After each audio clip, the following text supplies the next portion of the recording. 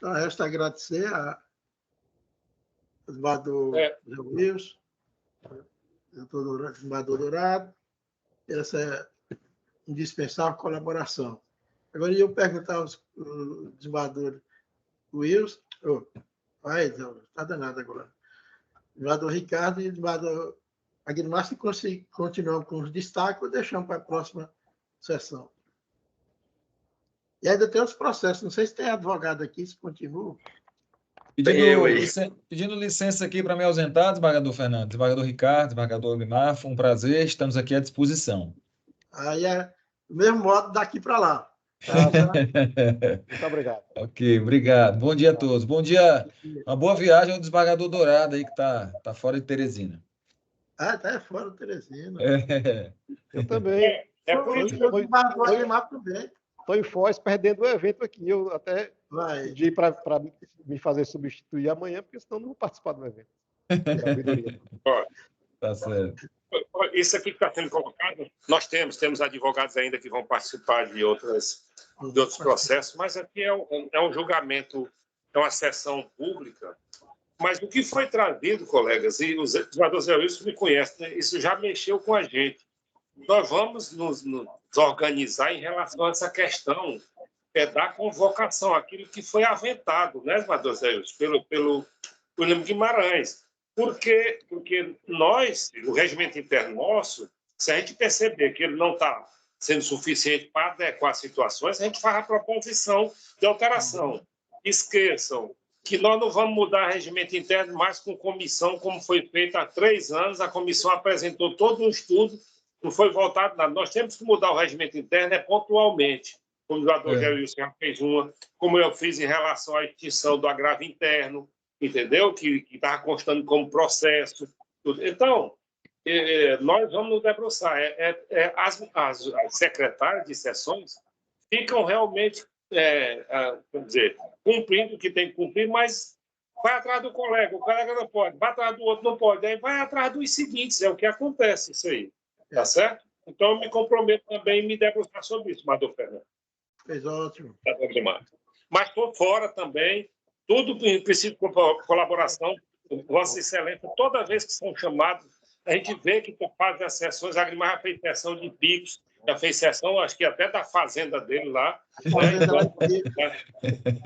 Então, eu estou hoje fora também, eu estou numa missão muito especial e eu queria dividir com os colegas. Eu estou em Belém, cheguei de madrugada, não dormi direito, porque a minha filha assume como membro do Ministério Público do Pará amanhã. E era o sonho dela querer ser promotor. Parabéns. Então, nós estamos aqui. Aí agora, depois daqui, aí eu vou me desvencilhar e vou cuidar das coisas dela que está esperando ali, viu? Muito obrigado. Foi uma satisfação participar com você. Parabéns para ela. Parabéns aí, extensivo a todos da família. E muita sorte para a doutora. A Giovana?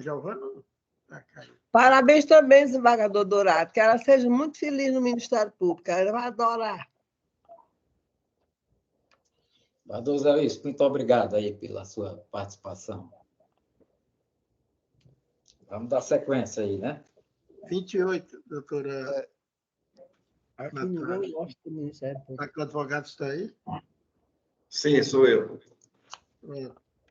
28, vamos lá. Processo 28 da pauta 0025-744-46-2007, 818-0140, apelação cível, origem Teresina, terceira vara cível, apelante Águas e Esgotos do Estado do Piauí S.A., advogado Erasmo Lima Bezerra, Procuradoria da Gespisa, apelado Marcos Antônio Ribeiro Souza, advogado Ricardo Hilton Correia dos Santos, relator desembargador Agrimar Rodrigues, com sustentação oral pelo doutor Francisco Rebelo Júnior, pela parte apelada. Apelado desembargador Agrimar. Mas não, senhor presidente, pode prosseguir com o julgamento. Nenhuma observação. Com a palavra do advogado Francisco Rebelo, 15 minutos. Bom dia a todos, desembargadores, representantes do Ministério Público, secretária e demais colegas advogados. Eu não sei se... Eu acho que a Gespisa não vai, né, doutora? Que é apelante fazer sustentação. Não, ninguém falou comigo. Tem algum advogado presente representando a Gespisa? Que não, né? Só me Não. pregar. Pois vamos lá. Senhores desembargadores, trata na origem de uma ação de indenização por danos morais proposta por Marcos Antônio Ribeiro de Souza em face da Gespisa. Conforme consta, o autor, na noite de 9 de janeiro de 2007, na condição de mototaxista, conduzia sua motocicleta pela avenida Irmão Orvalho, no bairro da Vista, em Teresina, quando, na altura do Clube do Flamengo, percebeu que havia uma obra da Gespisa naquela via, inclusive com placas de advertência com o nome da concessionária. Percebendo o obstáculo na pista, o autor desviou a sua rota a fim de passar longe da cratera aberta na via, quando, infelizmente, veio a se chocar com o cavalete da concessionária, que estava indevidamente posicionado longe do local da obra, vindo a cair de moto e a fraturar sua tíbia, passando 90 dias sem poder trabalhar. O autor juntou com a inicial o boletim de ocorrência, noticiando o fato, foi feito um laudo de exame pericial que atestou a lesão corporal e a incapacidade para o trabalho por 90 dias, juntou o laudo de exame na motocicleta, atestando as avarias pelo acidente de tráfego, o seu termo de permissão de mototaxista, expedido pela SDU, o prontuário médico de atendimento do prontomédico com o diagnóstico da fratura, um atestado médico para afastamento das atividades por 90 dias e vários receituários médicos. Em sede de contestação, a Gespisa reconheceu que executou as obras de correção de vazamento naquela via, naquela data, e que colocou placas de sinalização no local para evitar que veículos caíssem dentro das valas que foram abertas para a correção dos vazamentos.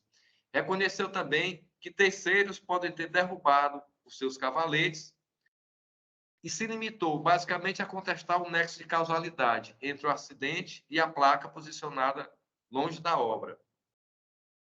Sobreveio sentença acolhendo as alegações autorais, julgando procedentes os pedidos para condenar em R$20 mil em dano moral, sob o fundamento de que os fatos alegados restaram comprovados pela prova pericial, tanto na motocicleta quanto na própria vítima, que ficou impossibilitada de trabalhar por 90 dias.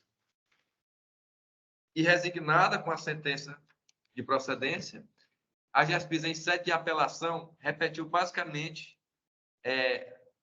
apenas reitera a alegação de inexistência de nexo de causalidade entre a sua placa fora do local da obra, o acidente e a lesão sofrida pelo autor, e alega também a excessividade da condenação. Todavia, excelências, a sentença foi devidamente fundamentada em ampla prova pericial, tanto na motocicleta como na vítima, também em prontuários, atestados e receituários médicos, além da própria ré ter reconhecido que executou obras em correção de vazamento naquela via, naquela data, e também que a ré reconheceu que terceiros podem ter derrubado o cavalete para longe do local da obra, ocasionando o acidente. A ré alegou, excelência, isso aqui a probabilidade de uma culpa exclusiva da vítima, mas também nada juntou nenhuma comprovação nesse sentido. Assim, o que a gente está afirmando, a parte atora, é que efetivamente existe um nexo de causalidade entre a ação da empresa pelo seu cavalete que estava longe do local da obra e o acidente de motocicleta que provocou a lesão na vítima, na tíbia, né? Ficou impossibilitado de trabalhar por 90 dias. E quanto ao valor da condenação, a gente entende que esse valor está razoável, está dentro dos parâmetros jurisprudenciais, para o caso de incapacidade laboral por mais de 90 dias. Assim, excelências, o autor está requerendo o improvimento da apelação da Gespisa, mantendo-se a sentença em todos os seus termos. É o que se requer. Eu torno a palavra ao eminente desembargador Agrimar. Pois não, senhor presidente. Muito bem contextualizada a situação pelo advogado que fez a sustentação. Eu creio que o processo se encontra bem circunstanciado. Vou pedir vênia para proferir o voto pela ementa, apenas pela ementa. Apelação civil, processual civil, consumidor, ação de indenização por danos morais, impugnação à gratuidade da justiça, afastada, concessionária de serviço público, responsabilidade objetiva, buraco em via pública, placas em locais inapropriados, danos morais configurados, quanto arbitrado pelo juiz ACO, desproporcionalidade, redução, possibilidade, recurso conhecido e parcialmente provido, sentença reformada. Trata-se de pessoa jurídica, incide a súmula 481 do STJ, segundo a qual, entre aspas, faz jus ao benefício da justiça gratuita a pessoa jurídica com ou sem fins lucrativos que demonstrar sua impossibilidade de arcar com os encargos processuais. Fechou aspas. Em caso, a concessionária ré demonstrou que vem operando em prejuízo e que se encontra em situação financeira deficitária. Logo, restou demonstrada a impossibilidade de arcar com encargos processuais. Apesar de estar julgando pela ementa, senhor presidente, como é uma questão preambular, preliminar, eu peço a Vossa Excelência que submeta à votação. Foi deferida a justiça gratuita à pessoa jurídica, no caso a GESPISA, né, e houve impugnação. Eu estou mantendo o acesso à gratuidade, de acordo com a súmula 481 do STJ, conforme eu ressaltei.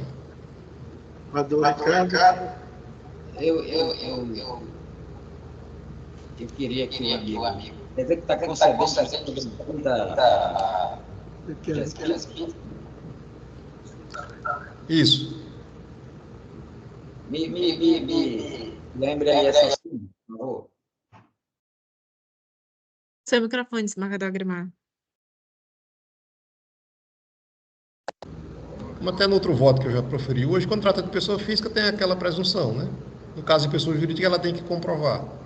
A súmula 4.1 diz que faz jus ao benefício da justiça gratuita a pessoa jurídica com ou sem fins lucrativos que demonstrar a sua impossibilidade de arcar com os encargos processuais. Né? A GESPISA conseguiu comprovar que está operando de forma deficitária, né? E por isso foi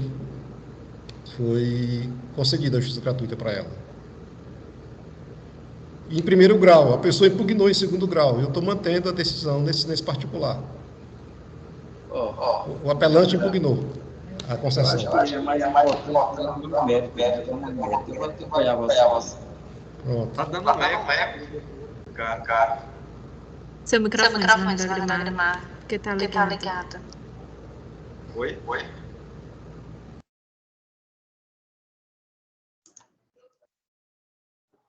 Pronto, eu prossigo então em relação ao mérito.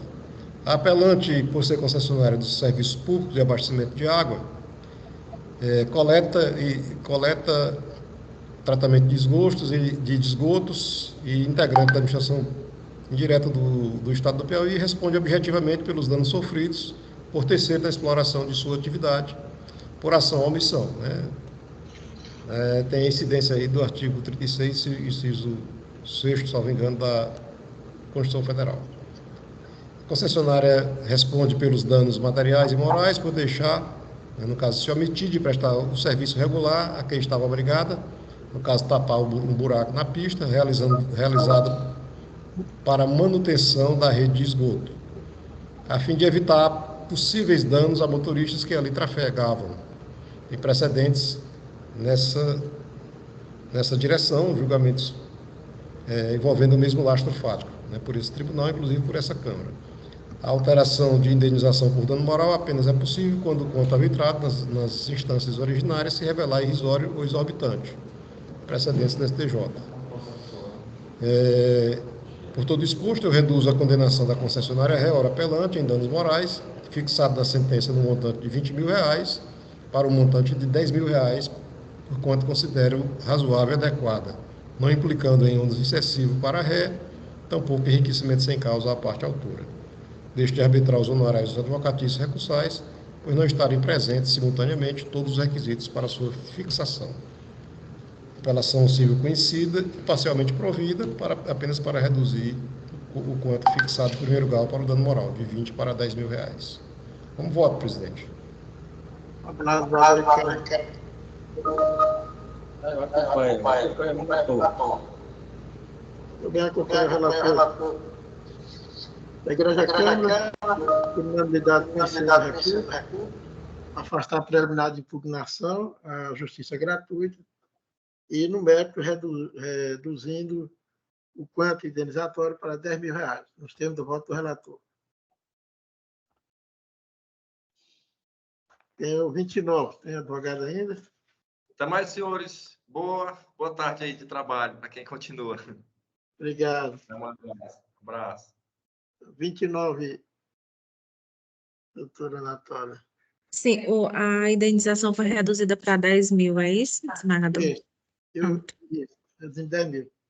Certo. Mantendo a sentença nos demais termos, no voto do relator. Então, foi parcial provimento. Isso. Só um minutinho.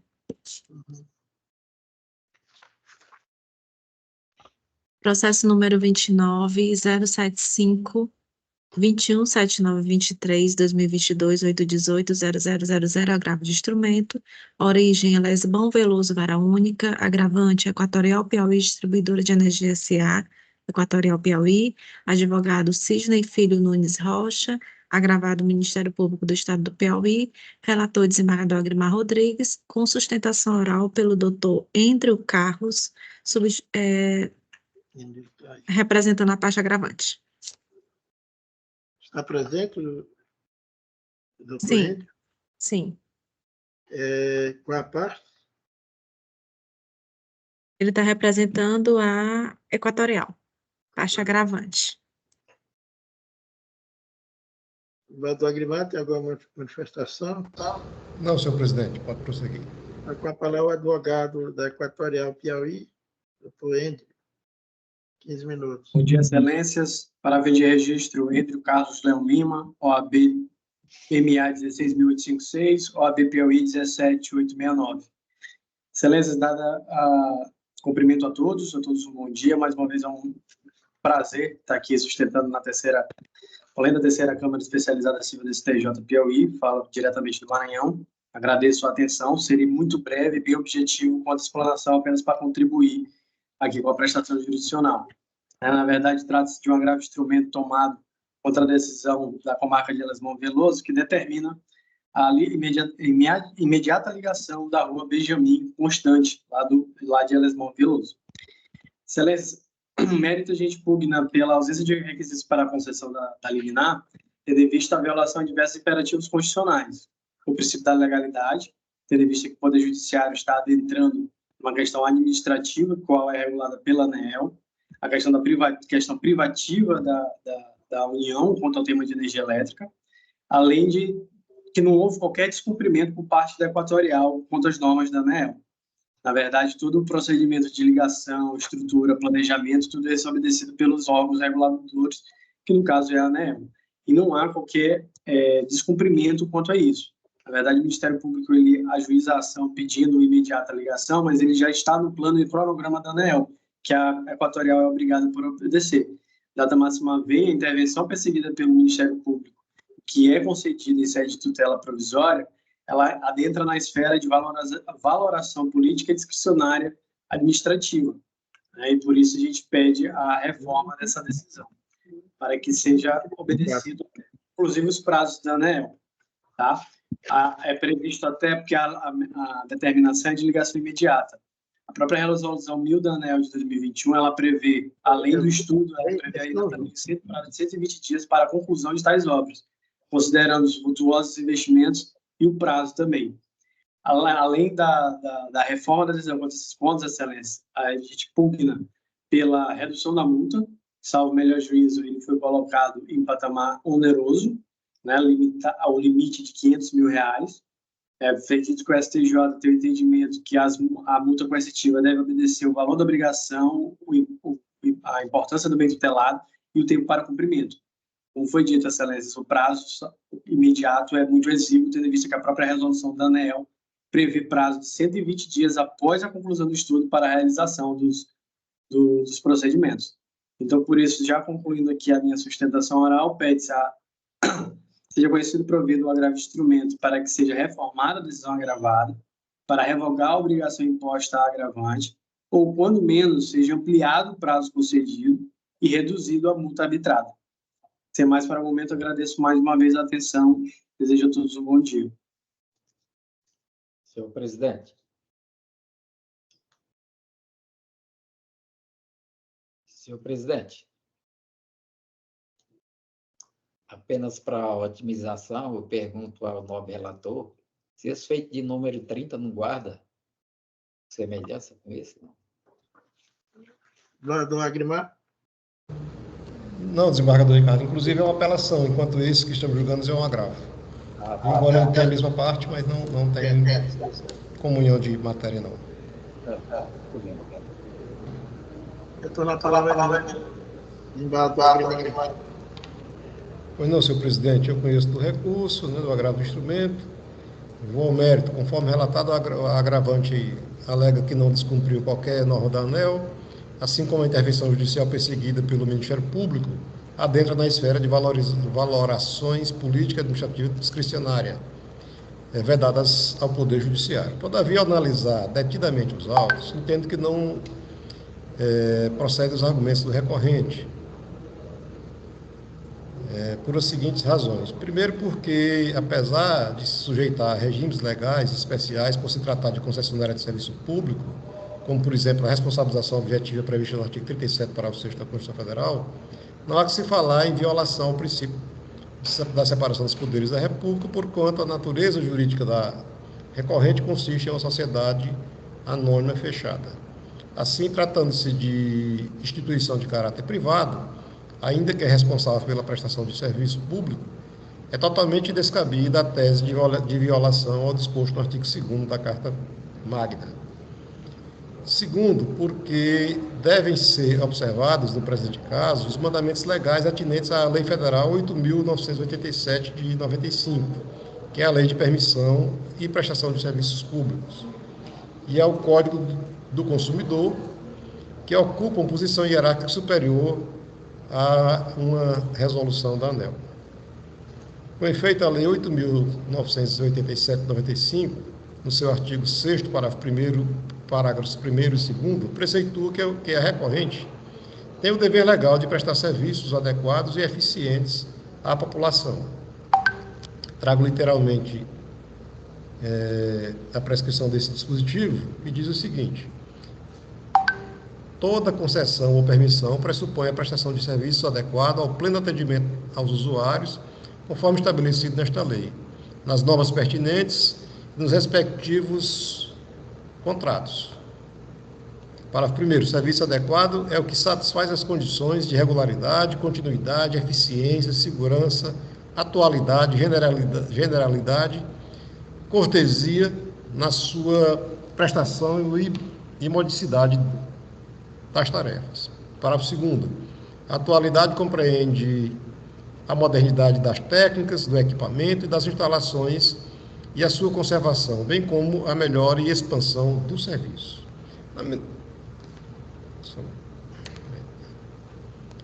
Só um minutinho aqui que deu.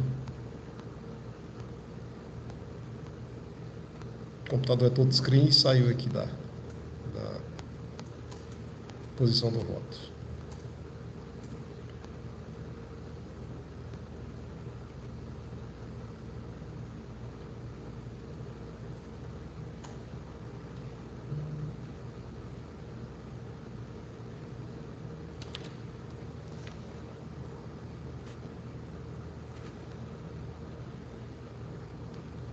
Tá, prosseguindo.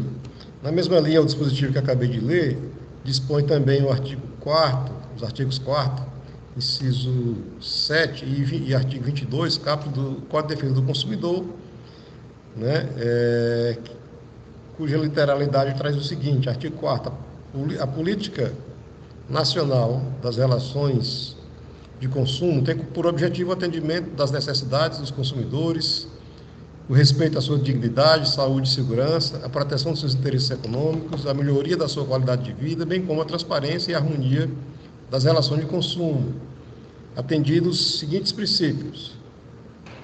E aí, no inciso 7º, diz que a racionalização e melhoria dos serviços públicos, né, por seu turno, o artigo 22 prescreve que os órgãos públicos possuem ou por suas empresas, concessionárias, permissionárias ou qualquer outra forma de empreendimento, são obrigados a fornecer serviços adequados, eficientes, seguros e quanto aos essenciais, contínuos. No caso subexame, consta dos autos que os moradores da rua Benjamin Constante, no bairro Matias, município de Erasmo Veloso, Piauí, estão há anos sem acesso ao serviço de energia, bem como nunca receberam uma resposta por parte da concessionária agravante sobre o planejamento de interligação da referida rua à rede elétrica municipal. Portanto, considerando que se trata de um caso de completa ausência de acesso ao serviço de energia elétrica em zona urbana de uma cidade de médio porte, é evidente a falta de prestação do serviço concedida à recorrente, recaindo, por conseguinte, a responsabilização pela adequação do fornecimento de energia elétrica na localidade supracitada. Logo, à medida que ora se impõe a negativa do provimento do recurso, devendo ser mantida a medida liminar, ora impugnada. E, concluindo o voto, senhores julgadores, convicto nas razões expostas, eu conheço do agravo do instrumento em epígrafe e no mérito nego-lhe provimento, mantendo a decisão agravada em todos os seus termos. É com voto, presidente. A palavra do relator.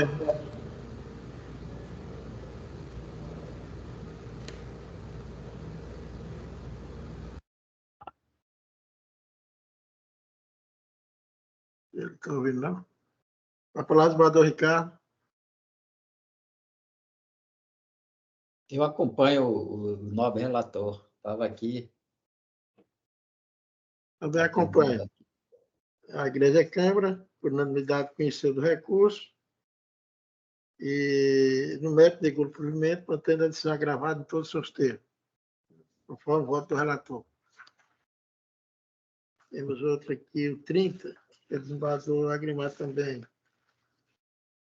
Processo número 30 da pauta, 080009465, 2021, 8180077, apelação civil. Eu li errado, desculpa.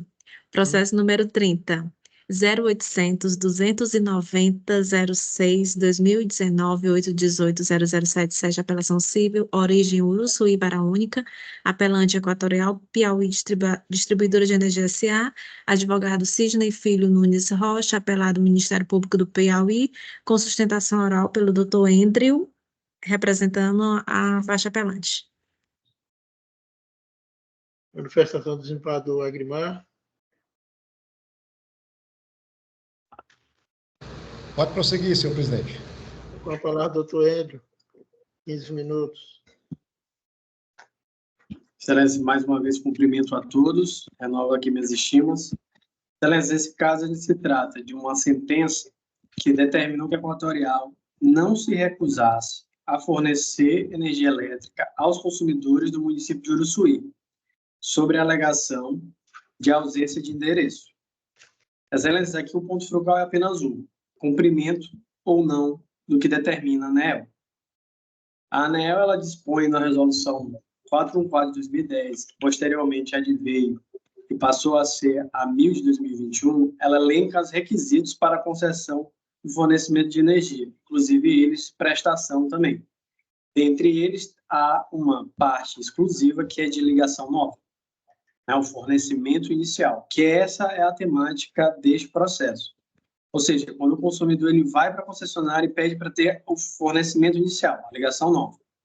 A ANEEL, ela vem e traz, e aí, mais uma vez, excelência, toda a resolução da ANEEL é norma abstrata, deve ser cumprido pela todas as concessionárias do Brasil, compulsória, norma de lei, é força de lei. E lá a previsão expressa que deve ser requerido ao consumidor documentos pessoais e o documento de comprovação de posse e propriedade do imóvel objeto da própria ligação, né? Quando não uma declaração dele. Então, a sentença, ela diz para a Equatorial não se recusar a fornecer, ainda que não tenha um endereço. Salvo melhor juízo, excelência, é contrária à própria resolução da ANEEL. Então, o objeto da apelação da Equatorial é, além da carência de fundamentação que data vem, a matéria não foi suficientemente tratada na sentença, e isso tudo está sendo tratado desde a contestação, é alegada matéria de ordem pública da ausência de interesse de agir, qual seja, não há demonstração nos autos que a Equatorial descumpre qualquer determinação da ANEEL, por isso não há interesse de agir, né, da parte contrária. ou, quando menos, da própria reforma da sentença, que seja reconhecido que não há qualquer descumprimento da Equatorial, e ela deve, de fato, obedecer o que está disposto na ANEEL. A Equatorial não quer nenhuma regalia, ela só quer, de fato, que tenha um pronunciamento jurisdicional que confirme que ela deve obedecer a ANEEL, os requisitos estabelecidos pela Agência Nacional Reguladora de Energia. Além disso, Excelência, além dessa reforma, também se pede também a redução da multa. Foi fixada a multa de R$ 5.000 por descumprimento para cada consumidor, até o limite de 50 mil para cada consumidor, caso seja negado. É um evento futuro incerto, porque, mais uma vez, a Equatorial não descumpre a ANEEL.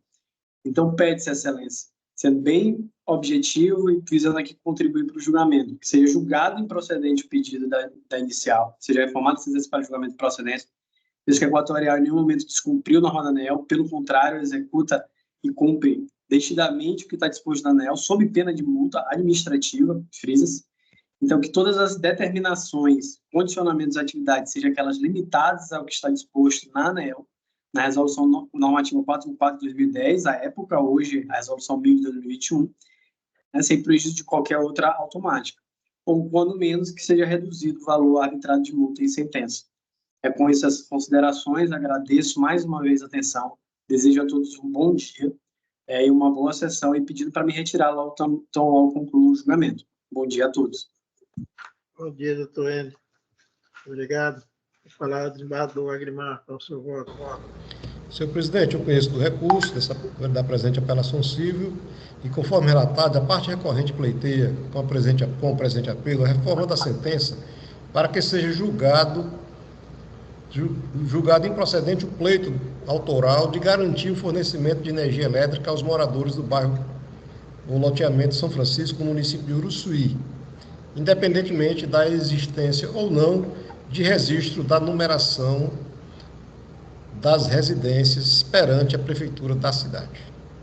Quanto ao tema, é imperioso registrarmos que o fornecimento de energia elétrica é considerado serviço essencial e, portanto, direito fundamental garantido através do princípio da dignidade da pessoa humana.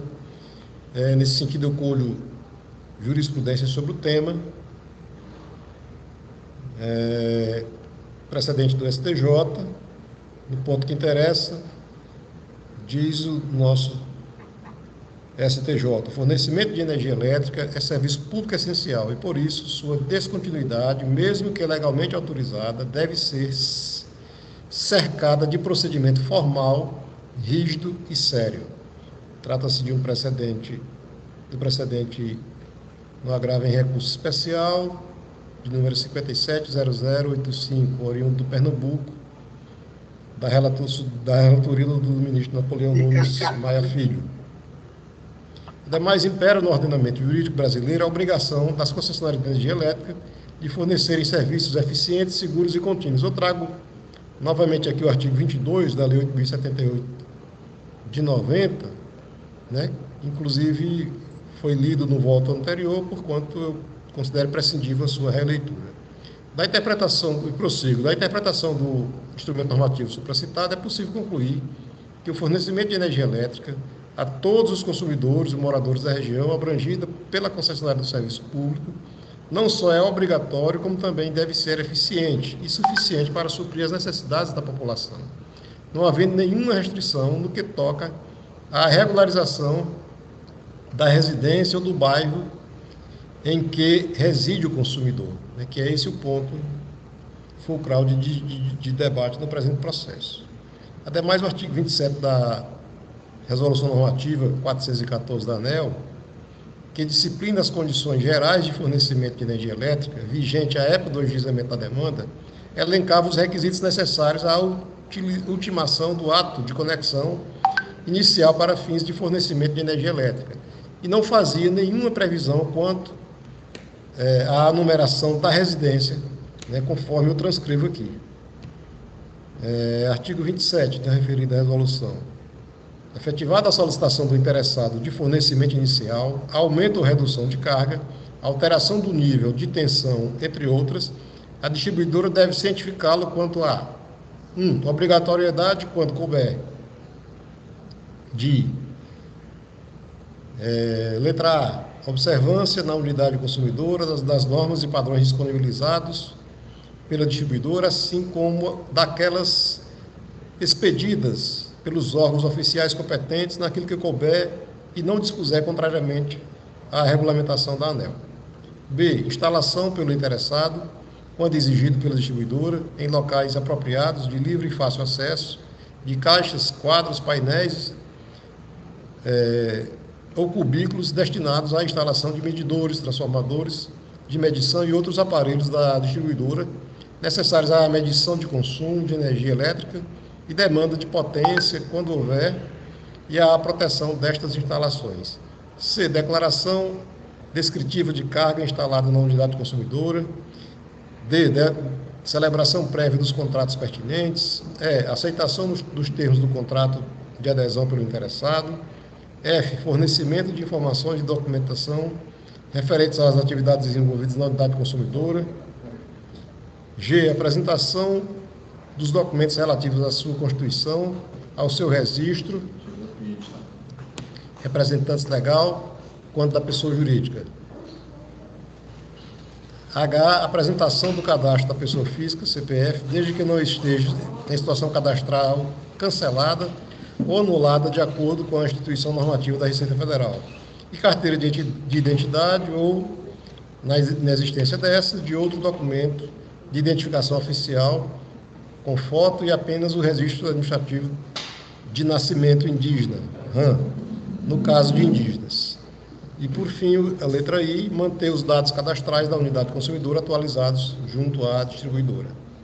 Nota-se, pela simples leitura da transcrição acima, que a individualização da unidade consumidora, através da existência do nome e da numeração domiciliar, não é condição ao fornecimento de energia elétrica residencial, que esse é, repito, o ponto de discussão, devendo a energia elétrica estar vinculada ao CPF de quem reside no imóvel.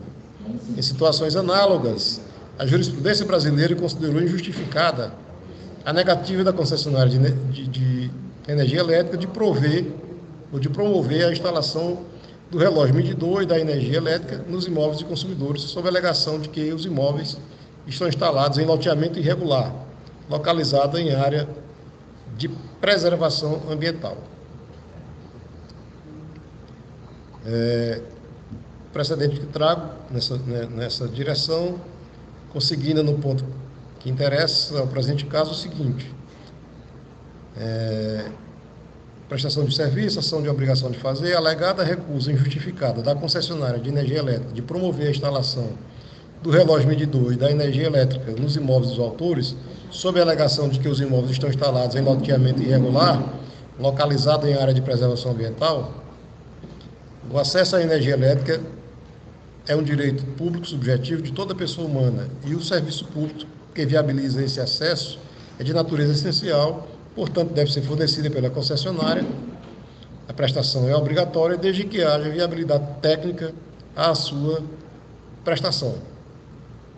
A localização dos terrenos e edificações residenciais em áreas de preservação permanente não impede a instalação de energia elétrica nos imóveis dos autores. Trago outros precedentes dessa mesma direção. Esse precedente que acabei de ler do Tribunal de Justiça de São Paulo, sob a relatoria do desembargador Correia Lima. Trago outros aqui do Tribunal de Justiça de Minas Gerais, que vão na mesma direção e prossigo. Ademais, corroborando a tese adotada nesse acórdão, o entendimento uníssono dos tribunais pátrios é de que a fatura de energia elétrica não guarda vinculação com o imóvel, e sim com o morador, possuidor, pessoa física que adquire a obrigação contratual perante a empresa responsável pelo fornecimento de energia elétrica, ou seja, a obrigação ao pagamento da energia elétrica é pessoal e não o próprio terreno. Eu cito aqui jurisprudência que vai nessa direção, destacando que trata-se de ônus pessoal e que não guarda vinculação com o imóvel, nos termos que nós estamos fundamentando o nosso voto.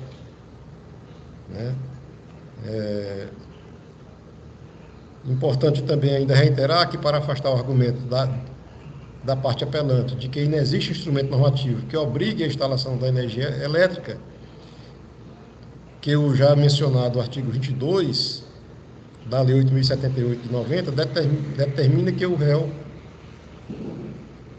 na qualidade de concessionário de serviço público, deve prestar serviço a todos, serviço a todos, de forma contínua, eficiente e adequada. Então, senhores presidentes, forte nessas razões, eu decido pelo conhecimento e não provimento do presente recurso, mantendo a sentença em todos os seus termos. É como voto. Desembargador Ricardo, Ouvi, como sempre, aí o voto do nobre relator, e eu concordo plenamente, em gênero, grau e número. também acompanho o relator, o processo cumprido e não provido nos termos do voto relator. Temos ainda aqui a pedido 34, advogado. Sim, vou desligar seu microfone rapidinho, desembargadora. Eita, Rui. Sim. Pronto, processo número 34 da pauta.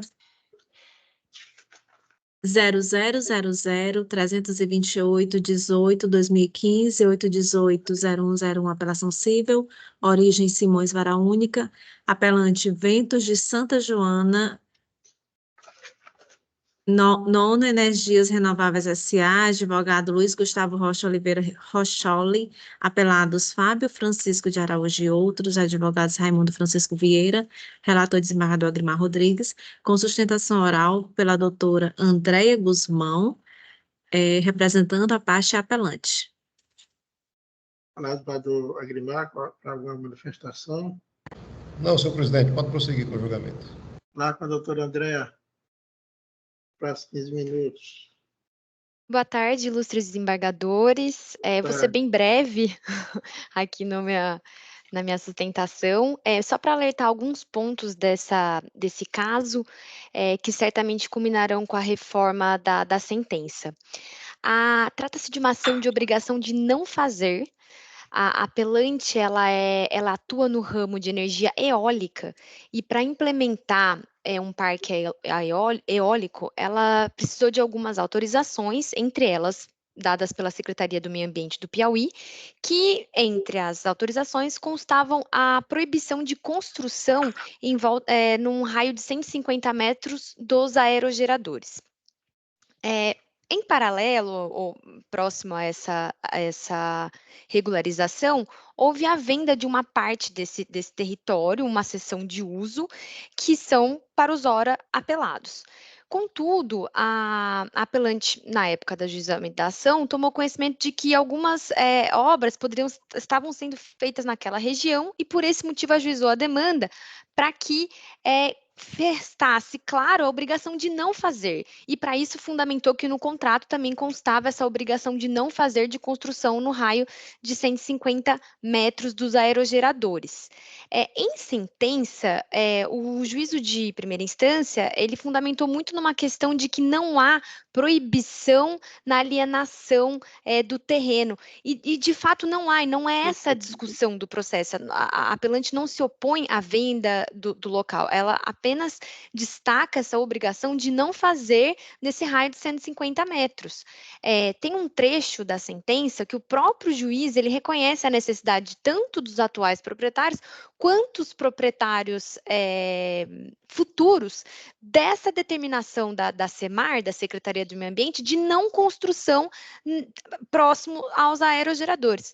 Mas, apesar dessa frase, dessa fundamentação na sentença, na sua conclusão, o juiz julgou improcedente o feito. Por esse motivo, nós recorremos da decisão e vem aqui reiterar pela reforma da sentença para que culmine com a procedência da ação de obrigação de não fazer. Muito obrigada, excelências.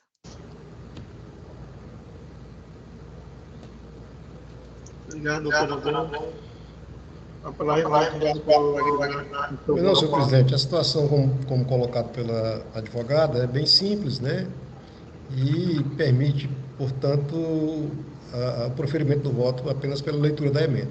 Apelação cível, civil processual civil, ação de obrigação de não fazer, aplicabilidade dos princípios inerentes aos contratos, né, boa-fé, função social, segurança jurídica, assunção de obrigação por parte dos réus, recurso conhecido e provido. O referido processo discute a abrangência de obrigações assumidas através de contrato de cessão de uso e termo de compromisso. Os negócios jurídicos devem sempre ser interpretados com base nos princípios que regem as relações contratuais, em especial, para o caso enato, dos princípios da boa-fé, da segurança jurídica e função social dos contratos.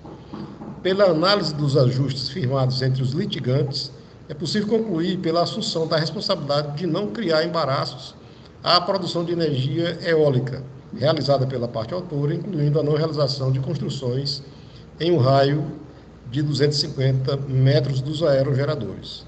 Desse modo, tem-se como necessária a imposição da proibição de realizar construções dentro de um raio. Eu acho que eu vou aqui um erro material, né? São 150 metros mesmo, né? Eu estou corrigindo aqui nesse item que estou lendo, né? Desse modo, tem-se como necessária a imposição da proibição de realizar as construções dentro do raio de 150 metros dos aerogeradores, conforme previsto na autorização concedida pela SEMAR. Honorários fixados em 12% da causa, sobre o valor da causa, já incluídos os recursais, conforme prescreve o artigo 85, parágrafo 2º e 11 do CPC de 2015. Então, apelação conhecida e provida. Eu acompanho, galera. Também acompanho o recurso conhecido e provido nos termos do voto do relator. Obrigada, Doutor André, muito obrigado. Obrigada, Desculpa, boa tarde. eu espero, viu? Eu espero a manhã toda, né? Desembargador Obrigada. falhou um pouquinho, conhecido e provido. Nos termos do voto do relator. Certo. Boa tarde, excelência. Tchau, tchau. Muito obrigada. Agora nós temos aqui... Ainda tem sustentação ainda, tem? Não, sustentação mais não. Já são 13 horas. Eu sugeria que a gente estudesse nesse debate. São 13 horas, 4 horas de trabalho no Peru. A gente poderia dar continuidade na próxima sessão.